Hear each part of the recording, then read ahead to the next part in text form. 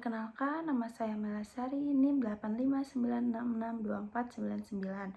Pada kesempatan kali ini, saya akan melaksanakan praktikum IPA di SD sesi 4, tugas mandiri mengenai pencernaan makanan. Sebelumnya, apa itu pencernaan makanan? Sistem pencernaan adalah sistem dalam tubuh yang berfungsi untuk mengolah makanan menjadi zat gizi yang dibutuhkan tubuh. Proses ini dimulai dari mulut, lalu makanan masuk ke dalam lambung dan usus untuk dicerna.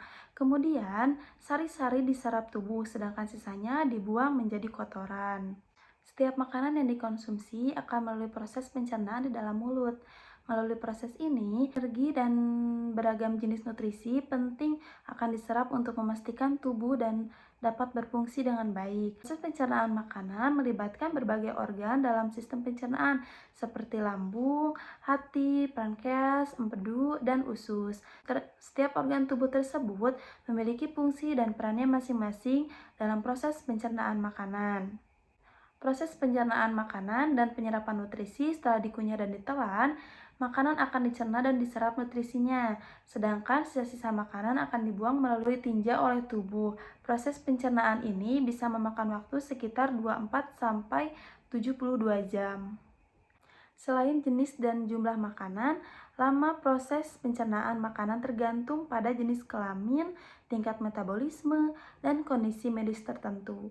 Contohnya adalah pencernaan makanan akan lebih lama terjadi pada penderita gangguan pencernaan atau gangguan penyerapan nutrisi. Berikut ini adalah tahapan proses pencernaan makanan. Yang pertama, ada penghalusan makanan di mulut. Mulut adalah bagian awal dari saluran pencernaan. Saat makanan dikunyah dari mulut, kelenjar liur akan memproduksi air liur guna mempermudah proses menghaluskan makanan. Air liur mengandung enzim amilase yang berfungsi untuk mengolah karbohidrat menjadi glukosa dan energi. Setelah makanan selesai dikunyah, lidah akan mendorong makanan yang sudah dihaluskan ke belakang mulut menuju esofagus atau kerongkongan. Selanjutnya, makanan akan dibawa menuju lambung. Selanjutnya, pemecahan makanan di dalam lambung. Di dalam lambung, makanan dan minuman akan bercampur menjadi enzim pencernaan dan asam lambung untuk menghaluskan dan dipecah menjadi lebih kecil hingga bertekstur cair atau menyerupai pasta yang lembut. Dengan tekstur ini, nutrisi dalam makanan akan lebih mudah diserap tubuh. Asam lambung juga berfungsi untuk membasmi kuman dan virus makanan atau minuman yang dapat menyebabkan infeksi. Setelah selesai dicerna, di lambung otot lambung akan bergerak untuk mendorong makanan agar bergerak ke usus halus guna diproses lebih lanjut. Yang ketiga, ada pencernaan nutrisi di usus halus. Usus halus melanjutkan proses pencernaan menggunakan enzim yang dikeluarkan oleh pankreas dan cairan empedu dari hati. Enzim ini bertugas untuk memecah protein, lemak, dan karbohidrat dari makanan.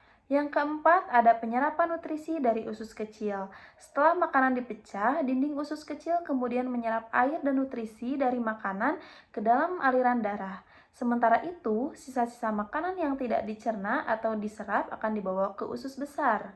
Yang kelima, ada pemadatan sisa makanan di usus besar.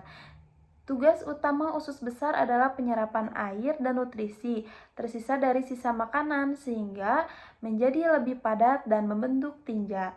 Tinja kemudian disimpan dan direktum hingga didorong dan dikeluarkan bersamaan dengan racun, zat sisa, dan cairan berlebih dari dalam tubuh melalui anus saat buang air besar. Dengan begitu, usus bisa bersih dari kotoran. Air dan serat yang cukup merupakan dua faktor penting yang mendukung kelancaran proses pencernaan dan penyerapan makanan. Oleh karena itu, agar proses pencernaan berjalan lancar, kita perlu memenuhi kebutuhan air minum setidaknya 8 gelas per hari, mengunyah makanan secara perlahan, tidak minum alkohol, dan memperbanyak konsumsi makanan berserat seperti sayur dan buah-buahan. Sekian dari saya, mohon maaf bila ada salah kata atau salah penyebutan. Sampai jumpa di sesi berikutnya. Assalamualaikum warahmatullahi wabarakatuh.